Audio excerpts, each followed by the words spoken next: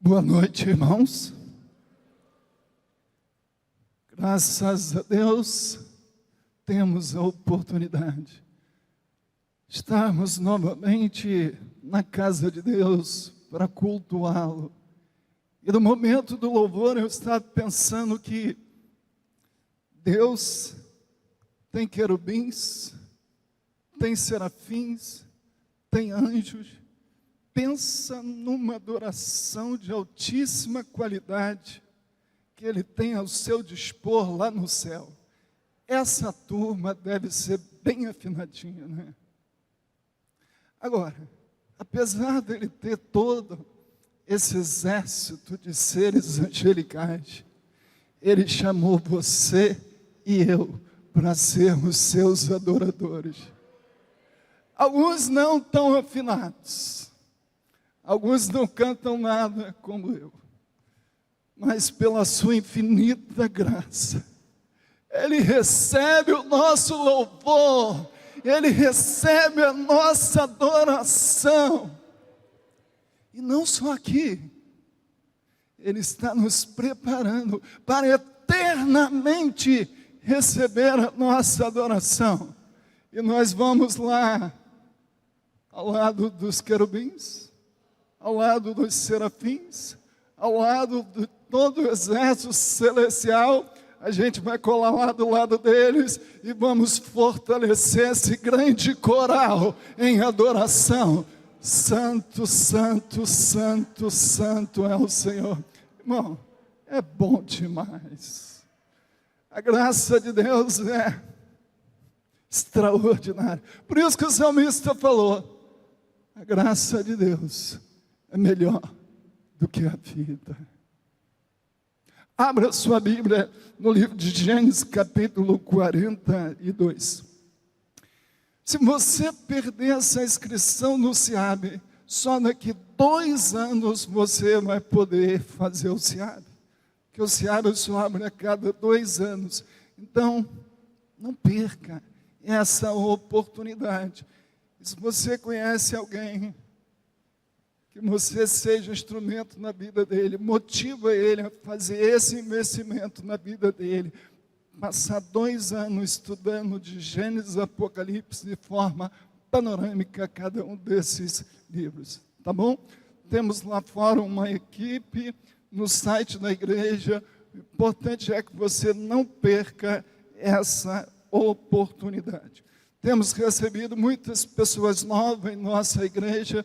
Você que está chegando agora, nossa orientação é: faça o CETEB, faça o SEAB, vamos crescer na graça e no conhecimento de nosso Senhor Jesus Cristo. Amém? Gênesis capítulo 42, hoje eu quero pensar com os irmãos sobre os efeitos da graça de Deus sobre a família de Jacó. Na parte da manhã, nós estivemos lá no Jardim Alvorada, junto com os irmãos, e hoje era o culto da família lá. E eu estive lá junto com o pastor Gilson, e esse tema eu ministrei lá de manhã, e quero compartilhar com os irmãos os efeitos da graça de Deus sobre a família de Jacó. Gênesis 42. Sabedor Jacó, de que havia mantimento no Egito, disse a seus filhos: por que estáis aí a olhar uns para os outros? E ajuntou: tenho ouvido que há cereais no Egito, descei até lá e comprai-nos deles, para que vivamos e não morramos. Então desceram 10 dos irmãos de José para comprar cereal do Egito. A Benjamim, porém, irmão de José, não enviou Jacó na companhia dos irmãos, porque dizia: para que não lhe suceda acaso algum desastre. Senhor, essa é a leitura da sua palavra, e já temos orado, e queremos novamente reiterar que o Senhor possa agora encontrar o nosso coração aberto para recebê-la e que a sua graça esteja sobre nós para poder expor essa palavra segundo aquilo que o Senhor quer falar aos nossos corações através desse texto. É isso que nós pedimos em nome de Jesus. Amém. Podeis sentar, mantenha a sua Bíblia aberta. No início de janeiro, eu iniciei mais uma vez a leitura das Escrituras. E pretendo, até o final do ano, concluir a leitura dos 66 livros da Escritura Sagrada. E é muito fácil nós lermos a Bíblia em um ano. Basta que nós leiamos 4 capítulos por dia. São 3 do Antigo e 1 do Novo. Eu sigo esse método que é bem simples. 3 do Antigo e 1 do Novo. Antes de dezembro, você termina a leitura da Bíblia. A Bíblia tem 1189 capítulos. Se você dividir aí pelos 365 dias do ano, você vai ver como que é fácil nós lermos a Bíblia toda em um ano. E na minha leitura, quando eu cheguei nesse capítulo 42 até o capítulo 49 de Êxodo, eu não pude deixar de perceber como que Deus manifestou sobre a família de Jacó, de uma forma muito extraordinária, a sua graça. E eles, os integrantes da família de Jacó, então, puderam experimentar esse grande poder restaurador da graça de Deus. Eu creio que é tremendamente importante nós pensarmos sobre a grandiosidade da graça e sobre os efeitos que ela produz na nossa vida individualmente e também sobre a nossa vida no sentido de nossos relacionamentos, nossa vida familiar. Mas também quero pensar com os irmãos o que acontece quando nós nos privamos da graça de Deus, ou quando nós nos afastamos dessa graça, que é o que o autor aos Hebreus trata lá no capítulo 12 de Hebreus, no versículo 15, ele fala assim: não vos priveis, não vos afasteis da graça de Deus, para que não cresça no coração de vocês nenhuma raiz de amargura.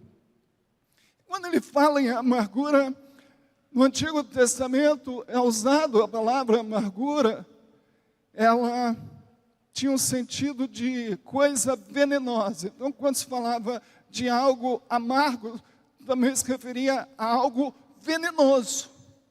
Isso quer dizer, então, quando o autor aos Hebreus fala, quando nós nos afastamos, quando nós nos privamos da graça de Deus, nós estamos abrindo brecha para que o nosso coração, então, brote coisas venenosas. Então, repita comigo: é muito perigoso nos afastarmos da graça de Deus. Queridos irmãos, a palavra graça, ela é uma palavra muito popular. A gente está sempre escutando falar de graça, nós cantamos sobre graça. E se eu perguntasse aqui qualquer um o que é graça, todo mundo saberia me responder: graça é o favor de Deus imerecido. Graça é a misericórdia de Deus manifestada àqueles que não são dignos de recebê-la. Graça é a bondade de Deus manifesta aos pecadores, como nós cantamos naquele belo hino. Esta palavra graça foi uma palavra usada mais de 100 vezes pelo apóstolo Paulo. Nas suas 13 cartas, Paulo usou a palavra graça mais de 100 vezes. E curioso, Jesus não usou nenhuma. E eu fiquei pensando, por quê? Porque ele era a própria encarnação de toda a plenitude da graça. Jesus não falava sobre a graça, Jesus mostrava a graça. Jesus não falava, Jesus era a graça. Jesus estava ali, toda a plenitude da graça. Paulo tinha que explicar, mas Jesus era a própria graça encarnada. Era tanto isso que João, lá no capítulo 1, verso 14, ele diz que o verbo se fez carne e habitou entre nós, cheio de graça e de verdade. Ou seja, ele estava querendo dizer que Jesus se manifestou, em Jesus se manifestou a plenitude da graça de Deus. E aí você então faz a pergunta, pastor, a graça não se manifesta apenas no Novo Testamento? Faz assim comigo. Não. A plenitude da graça é revelada em Cristo no Novo Testamento. Mas por todo o Antigo Testamento, nós vemos os vislumbres da graça de Deus se manifestando de diversas formas. E aqui, nessa família de Jacó, nós temos esses vislumbres maravilhosos, como a gente vai ver aqui, que Deus manifestou a sua graça na família de Jacó, através de José. Através de José, a família de Jacó pôde ser alvo da maravilhosa graça de Deus. Esses versículos que nós lemos aqui, no capítulo de número 42, quando Jacó chama os seus filhos e ordena que eles vá até o Egito para buscar mantimentos. E todos nós sabemos que quando chega esse momento, José havia sido vendido como escravo pelos seus irmãos há cerca de 22 anos atrás. José tinha sido vendido pelos irmãos e agora, depois de 22 anos, depois dele passar como escravo lá de Potifar, depois dele ser lançado na prisão, vejam, irmãos, que a vida de José era marcada pela injustiça. Primeiro, ele sofre a injustiça dos seus irmãos que o vendem como escravo. Depois ele vai para a casa de Potifar e sofre a segunda injustiça da mentira que a mulher de Potifar inventa e ele é lançado na prisão. Depois ele relata, ele interpreta o sonho do copeiro e do padeiro e fica lá na expectativa, crente, que eles vão contar para Faraó, ele vai sair e ele sofre a segunda injustiça que os dois esquecem dele e ele fica lá mais um tempo. A vida dele então marcada pela injustiça. Mas no coração dele, a gente vai perceber que hora nenhuma ele abre sua boca para reclamar de Deus, hora nenhuma ele abre sua boca para murmurar, hora nenhuma ele permite que esse sentimento de coitadinho cresça no seu coração, hora nenhuma, muito pelo contrário, ele entende que o Deus da providência controla todas as coisas e tudo acontece segundo os propósitos de Deus para atender às finalidades que ele estabelece. A gente vai ver logo isso aqui a seguir. Então José estava ali agora ele não era mais o escravo. Agora ele não era mais o administrador da prisão. Agora José era o governador do Egito, o homem mais poderoso do Egito, abaixo de Faraó. Era ele que comandava tudo. E depois, então, dele interpretar os sonhos de Faraó, depois de passar os 7 anos de fartura, o Egito se torna uma potência. O Egito acumula toneladas e toneladas de grãos, porque Deus, na sua maravilhosa providência, determinou que José, então, seria usado para aquela finalidade. E José, então, recebe a sabedoria de Deus, e ele administra o Egito durante os 7 anos de fartura, e acumula toda essa riqueza no Egito. Só que os 7 anos de fartura acabaram. Agora estavam no segundo ano dos 7 de fomes que viriam. Canaã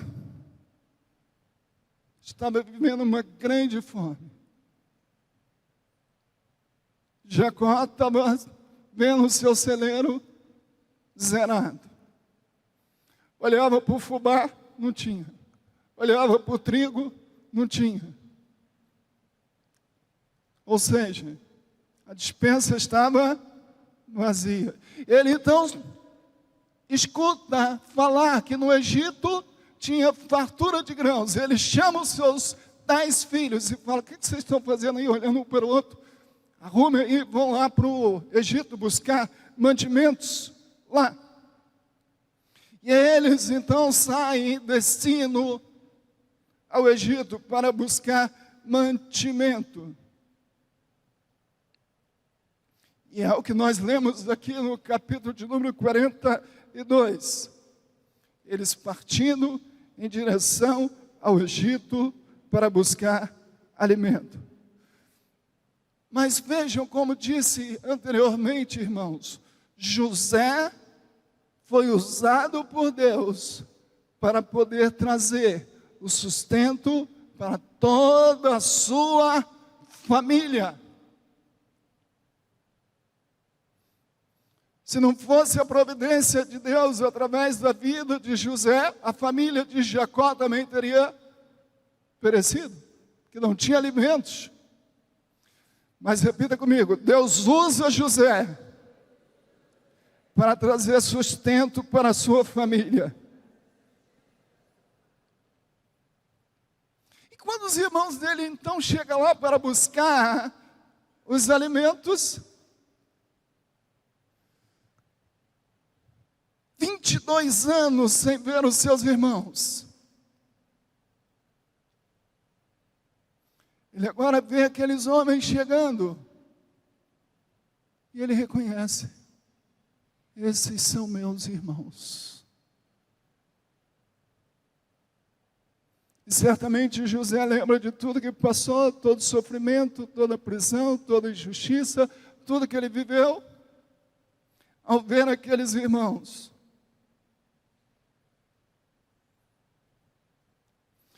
José, então, desenvolve no seu coração um projeto, um plano, não para destruir seus irmãos, não para se vingar de seus irmãos. José, então, resolve agora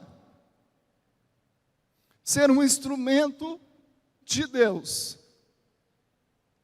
para trazer no coração dos seus irmãos, repita comigo, arrependimento. José sabia que aqueles homens só poderiam mudar de vida se passassem pelo processo do arrependimento. Ninguém muda de atitude se não passar pelo processo do arrependimento. José então começa a planejar circunstâncias, atitudes, para poder trazer no coração dos seus 10 irmãos um sentimento de arrependimento, para que eles vissem quão grande foi o pecado que eles cometeram contra José. E a primeira coisa que José faz dentro desse projeto que ele tem é acusar os irmãos de serem espiões. E ele vira para eles: vocês vieram aqui, na verdade vocês são espiões. E ele: não, nós não somos espiões. E eles começam a contar toda a vida dele, como se eles já não soubessem, né? Mas eles não sabiam que ali era José. E eles contaram toda a história para José, falaram que tinha o pai deles lá em Canaã, falaram que tinha o irmão mais novo. Aí José fala assim com eles: sim, vou ver se vocês estão dizendo a verdade. Vocês deixam um de vocês aqui, voltem lá e tragam o irmão mais novo de vocês. Como chamava o irmão mais novo? Quem fez o setebe aí? Benjamim. Isso aí. Vocês vão e tragam Benjamim de volta. E aí que estava o problema. porque Benjamim era o segundo filho mais amado por Jacó. O primeiro era José, que para ele estava morto. Agora só restava Benjamim, ambos filhos de Raquel. Jacó tinha um cuidado enorme com aquele menino. Era o xodózinho do coração, era o caçulinha de Jacó. E José faz isso de propósito, para poder criar um grande dilema, para poder criar uma grande situação no coração daqueles homens. E aqueles homens então voltam para Canaã, e quando chegam em Canaã, relatam o que aconteceu. E Jacó fala assim: de jeito nenhum, Benjamim não sai daqui. E aí foi passando o tempo, aquela comida que eles tinham levado, passaram-se alguns meses, a comida acabou. E agora então, Jacó estava diante de um dilema. Repita comigo: dilema. Ou deixava o seu queridinho Benjamim ir para o Egito, correndo risco, ou morria todo mundo de fome ali, porque não tinha mais alimentos. O que Jacó faz então? Bem, entre morrer todo mundo, leva o menino de volta lá no Egito. E aí os irmãos pela segunda vez retornam ao Egito, dessa vez agora trazendo com eles o caçulinha, Benjamim. E quando chega lá, José recebe eles maravilhosamente, manda fazer um banquete para eles, uma festa bonita, e eles, nossa, nunca fomos tão bem tratados, fica todo mundo comendo do bom e do melhor, ali junto com José. E eles não sabiam que tudo aquilo fazia parte de um projeto de José. Encheram o saco de todos os grãos, voltaram para casa todo sorridente. Uma parte da viagem chegam os guardas de José. Alguém roubou a taça do governador. Que isso? Aqui no nosso meio não tem ladrão. Alguém roubou a taça do governador.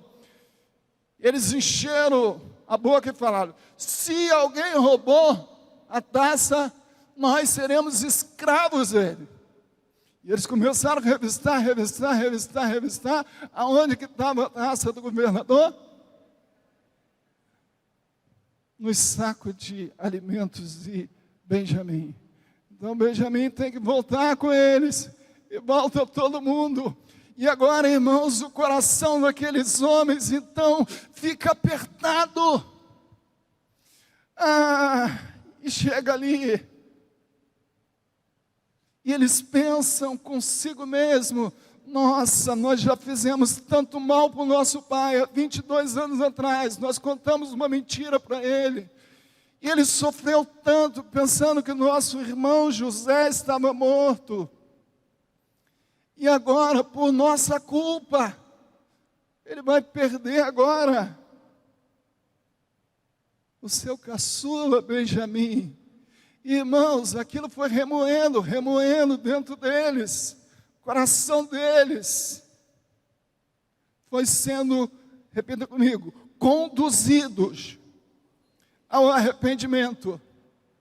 E era exatamente isso que fazia parte do projeto restaurador da graça de Deus sobre aquela família. Uma família marcada pela mentira, uma família marcada pelo ciúme, uma família marcada pela inveja, uma família onde os irmãos venderam o outro. No projeto da graça de Deus, aquela era a família de um patriarca, Abraão, Isaac, Jacó. Aquela era uma família que Deus tinha uma promessa. Era projeto da graça de Deus, restaurar essa família, mas se restaurar o coração desses homens. E a graça de Deus, então, usa José com essa sabedoria, com essa estratégia, com essas circunstâncias, para poder conduzir aqueles homens, então, a uma situação de arrependimento. Tudo isso foi planejado por José. E nós percebemos no capítulo 44, versículo 16, dá uma olhadinha na sua Bíblia. Capítulo 44, versículo 16, o que é que diz? 44 de Gênesis, versículo 16. Leia comigo. Então disse Judá: que responderemos a meu senhor? Que falaremos? E como nos justificaremos? Ou seja, nós somos injustificáveis. Achou Deus iniquidade dos seus servos. Repita comigo. Achou Deus a iniquidade de teus servos. Eis que somos escravos do meu Senhor, tanto nós como aquele em cuja mão se achou o copo. Essas são palavras de Judá, que expressam não só o sentimento do coração dele. Judá era o porta-voz dos irmãos. José está falando assim: de fato nós somos pecadores, de fato nós fizemos coisas horríveis, não tem perdão que nós fizemos. Agora dá uma olhadinha no verso 33, que ele continua falando. O mesmo Judá, olha o que ele fala: agora, pois, fique teu servo em lugar do moço, por servo do meu Senhor, e o moço que suba com seus irmãos. O que é que ele está propondo, irmãos? Ele está propondo ficar no lugar do irmão, para que o irmão, então, fosse liberto e pudesse voltar para casa. Repita comigo. Esse moço está ou não está arrependido? Essas palavras são palavras de um coração arrependido, sim ou não? Judá que expressa a mensagem de um homem arrependido. Judá que expressa a mensagem de um homem que se livra do seu egoísmo. Lembra que alguns anos atrás o egoísmo deles, movido pelo ciúme, movido pela inveja que eles tinham de seus irmãos José, fez com que eles vendessem José e mentissem para o seu pai que ele estava morto. Você lembra disso? Mas quando o arrependimento chega, quando a graça chega, o nosso coração é transformado.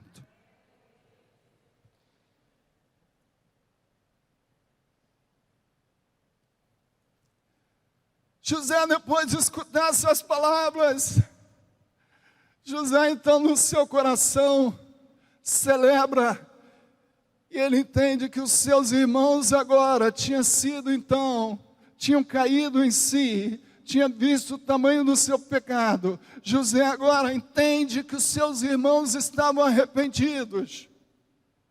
Aí no capítulo 45, o que é que ele faz?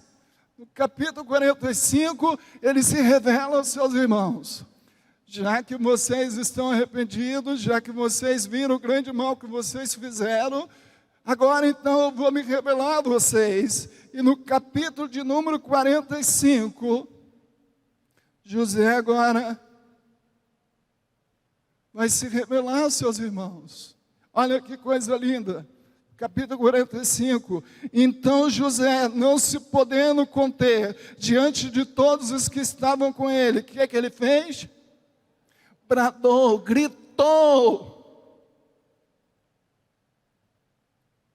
O que é que ele diz? Fazei sair a todos da minha presença. E ninguém ficou com ele quando José se deu a conhecer a seus irmãos. E ele levantou a voz em choro, de maneira que os egípcios ouviam também a casa de Faraó. E ele chorou, ele chorou, ele chorou de alívio, ele chorou de alegria, ele chorou porque agora o perdão estava se consumando ali na vida dele e dos seus irmãos. E talvez aquele peso que ele trazia no seu coração, aquela dor que ele trazia durante os 22 anos que aquilo lhe acontecia com ele. Agora então José, pela graça de Deus, libera perdão aos seus irmãos. E ele vê que os seus irmãos estão arrependidos. E ele chora. E ele abraça seus irmãos. E ele beija seus irmãos. E ali foi uma cena maravilhosa de restauração daquela família, pela graça maravilhosa de Deus que estava agindo ali. José liberou o perdão para seus irmãos que o venderam para ser escravos. Mas além de perdoar, irmãos, olha só, por isso que José é um tipo de Cristo dentro da tipologia bíblica. Olha só, além de perdoar os seus irmãos, ele procurou consolá-los. Olha o versículo 5, leia comigo. Agora, pois, não vos entristeçais, nem vos irriteis contra vós mesmo, por me haver vendido para o Egito, para aqui. Porque para a conservação da vida, Deus me enviou diante de vós. Ou seja, além de José perdoar os irmãos, José ainda procura consolar os irmãos, para que eles então não ficassem com uma crise ali de consciência pesada pelo que fizeram. José explica para eles: o mal que vocês me fizeram, Deus converteu em bem para atender os seus propósitos. É isso que ele está querendo dizer aqui. Então repita comigo: José não apenas perdoou, mas ele consolou seus irmãos. Queridos irmãos, na perspectiva humana, os irmãos de José não mereciam o perdão. Eles mereciam a prisão. Eles mereciam até a morte pelo que fizeram a José. Todo o sofrimento que eles causaram a José. Mas nós aqui temos um exemplo maravilhoso de manifestação da graça de Deus, porque os irmãos de José não receberam o que eles mereciam. Eles mereciam a condenação, eles mereciam a prisão, mas o que é que eles receberam? Perdão. O que é que eles receberam? Reconciliação. O que é que eles receberam? Consolo. É ou não é um retrato da graça de Deus, daquilo que aconteceu e que acontece com cada cristão? Agora, como se não bastasse José perdoar, consolar, se reconciliar com os irmãos, sabe o que o José faz? É isso. Para completar esse festival de graça, José agora ordena que os seus irmãos saiam de Canaã e venham morar no Egito. Mas sabe o que ele fez? Ele separou um lugarzinho bem ruinzinho lá no Egito. Vou colocar eles lá naquela terra árida, naquele solo duro. Eu vou colocar esses meus irmãos lá. Foi isso que José fez. José colocou eles na melhor terra do Egito. Ele colocou eles na terra de Gósen, que era um solo fértil. José deu o melhor para os seus irmãos. Esse é o retrato da graça, irmãos. Nós não somos apenas perdoados por Cristo. Ele nos deu o direito de nos tornarmos filhos de Deus. Já estava bom demais ser perdoado. Já estava bom demais morar no céu. Já estava bom demais, mas Ele nos deu o direito de nos tornarmos filhos de Deus. Sabe o que Ele fez ainda? E porque agora nós somos filhos de Deus, diz Paulo escrevendo aos Gálatas, Ele nos outorgou o seu Espírito dentro de nós. Para sempre, seu irmão, o Espírito Santo habita em você.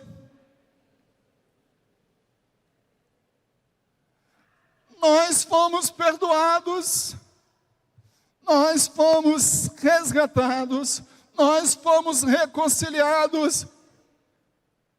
Mas a graça, assim como José traz seus irmãos, se reconcilia com eles, mas põe eles para morar na melhor cidade, na melhor localização do Egito. É exatamente isso que Deus fez com cada um de nós. Agora, todo esse festival da maravilhosa graça de Deus na família de José termina agora dizendo mais dois eventos aqui para os irmãos. Está no capítulo 46. Capítulo 46. Por tudo que Jacó viveu na sua vida. Você lê os capítulos anteriores, você vai ver, sua filha Diná foi abusada pelo príncipe de Siquém. E quando o príncipe casa com ela para reparar o mal que fez, os filhos de Jacó entram na cidade de Siquém e matam todos os homens. Olha só, primeiro a filha é abusada, agora os filhos se tornam assassinos. Depois sua mulher amada Raquel morre. Depois ele recebe a notícia que o seu filho José tinha sido morto. A falsa notícia que ele tinha sido morto. Todas essas situações da vida de Jacó parecem indicar que o seu coração estava com um profundo abatimento. Sabe aquela pessoa que parece que perdeu o ânimo? Ela até vem no culto. Na hora do louvor ela até fica de pé. Mas parece que no fundo, no coração dela, ela não encontra um verdadeiro motivo para ser um adorador. Ela até abre a boca. Ela até canta. Mas seu coração não está avivado. Seu coração não está sentindo a alegria de Cristo fluir. Ele não entende a grandeza que é pertencer a Cristo. Era mais ou menos assim que Jacó estava vivendo. Mas o tempo da restauração chegou na vida dele. Repita comigo. O tempo da restauração chegou na vida de Jacó. E agora no capítulo 46, olha o que acontece. Partiu, pois, Israel com tudo que possuía e veio para Berseba. E ofereceu o quê? O que ele ofereceu? Sacrifícios. Sacrifício fala de quê? De culto, de adoração, de celebração, de renovação ao Deus de Isaac, seu pai. E o que está escrito no verso 2? Falou Deus a Israel. Em visões de noite disse a Jacó, Jacó, irmãos, Deus falou com Jacó em Berseba. Repita comigo. Deus falou com Jacó em Berseba. E o que Deus disse para ele? Então disse, eu sou Deus. O Deus do teu pai.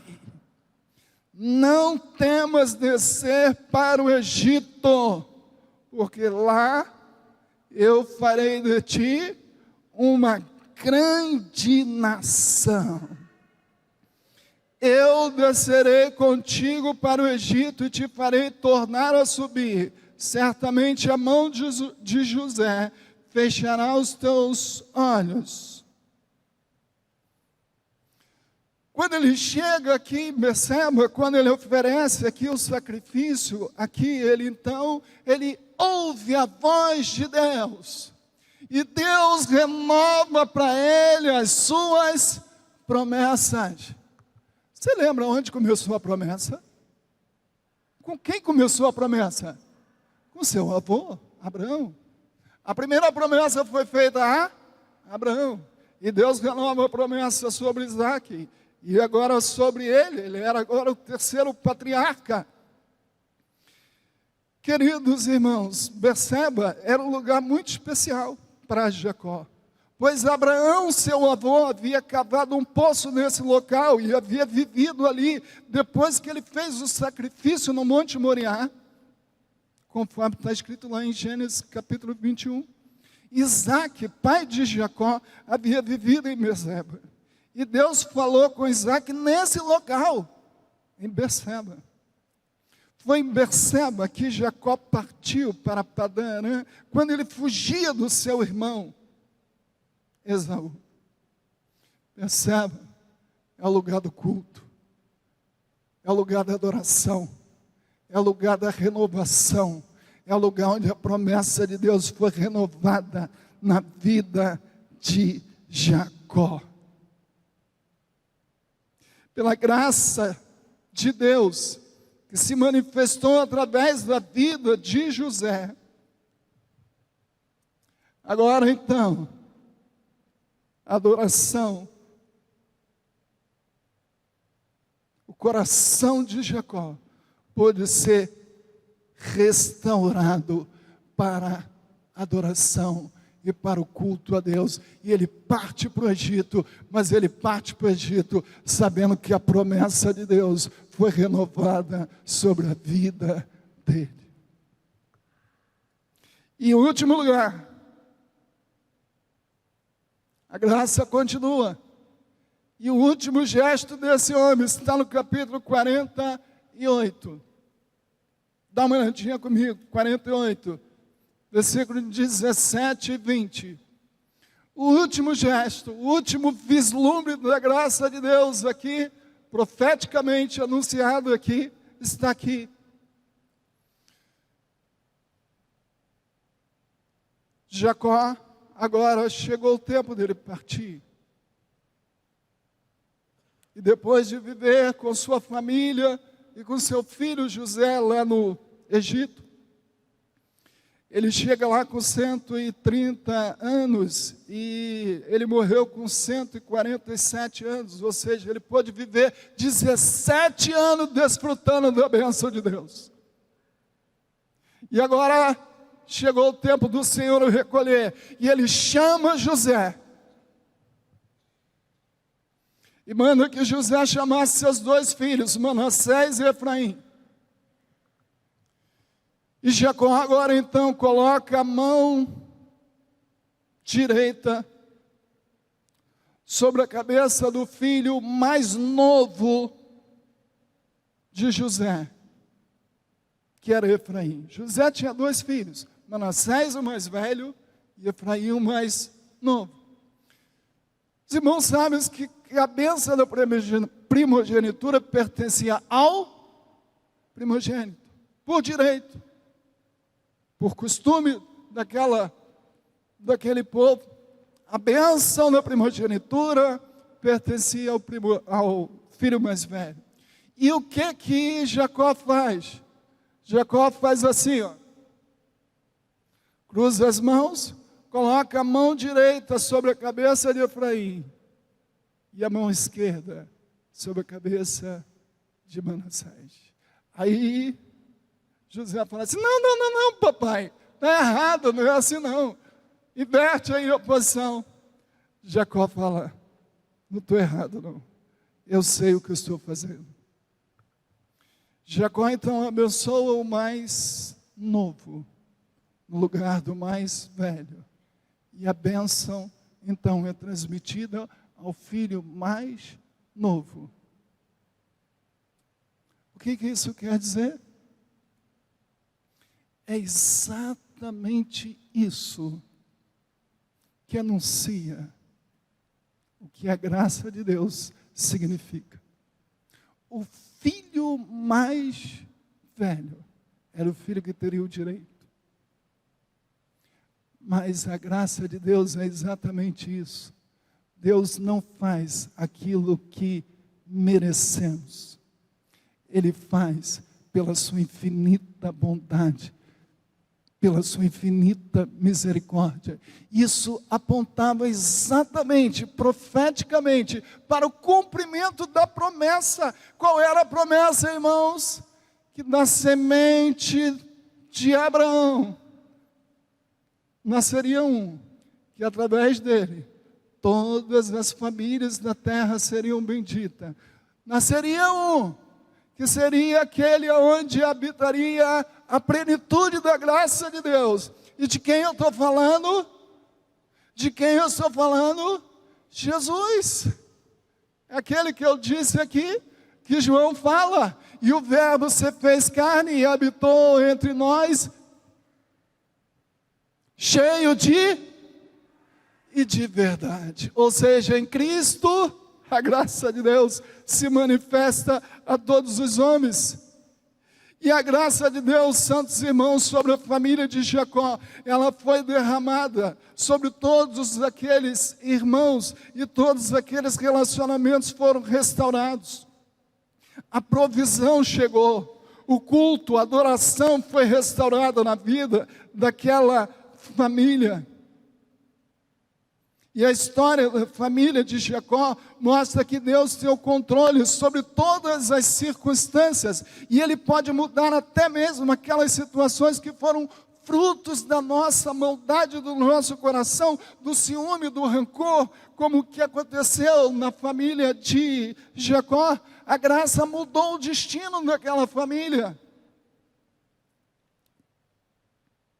Mas não é possível que uma pessoa compreenda a graça de Deus sem que ele experimente essa graça. O salmista no Salmo 34, versículo 8, ele fala assim: provai e vede que o Senhor é bom. Eu estou falando aqui da graça.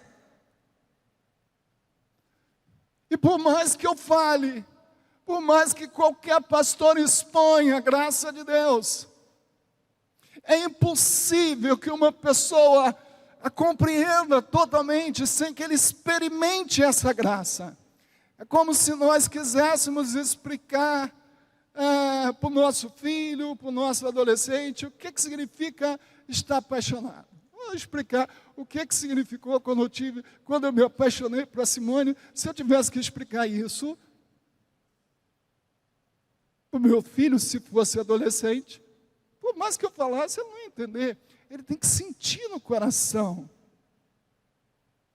Da mesma forma é a graça. Por mais que nós expliquemos, por mais que nós falemos dessa grandeza, dessa extraordinária bondade de Deus, se você não provar essa graça, se você não experimentar essa graça, você não vai conseguir entendê-la no seu coração, na sua plenitude. Essa é a razão do Salmo dizer: provai, provai, provai, e vede que o Senhor é bom. Que você saia daqui nessa noite sabendo que a graça de Deus é extraordinária para transformar o destino de nossas vidas, o destino da nossa família. E nós que já experimentamos a graça, nós que já sabemos o quanto ela é maravilhosa, nós que já desfrutamos da graça, nós não podemos ficar de boca fechada. Nós precisamos compartilhar com as outras pessoas o que é a graça de Cristo. Eu tenho que explicar para as pessoas, eu tenho que falar com as pessoas, eu tenho que compartilhar com as pessoas. Não basta eu viver a graça, eu trazer a graça no meu coração. Eu tenho que abrir a boca, eu tenho que falar da graça, para que outras pessoas experimentem a graça e sejam salvos pela graça de Cristo. Nós fomos alcançados pela graça e Deus nos chamou para compartilhar com outras pessoas essa graça. Que Deus nos abençoe, irmãos, e que nós tenhamos aqui com essa certeza no nosso coração, quão grande graça nos alcançou, e eu não posso guardar essa graça só para minha família, só para minha vida. Que o Senhor te abençoe rica e abundantemente. Pastor Luiz, por favor.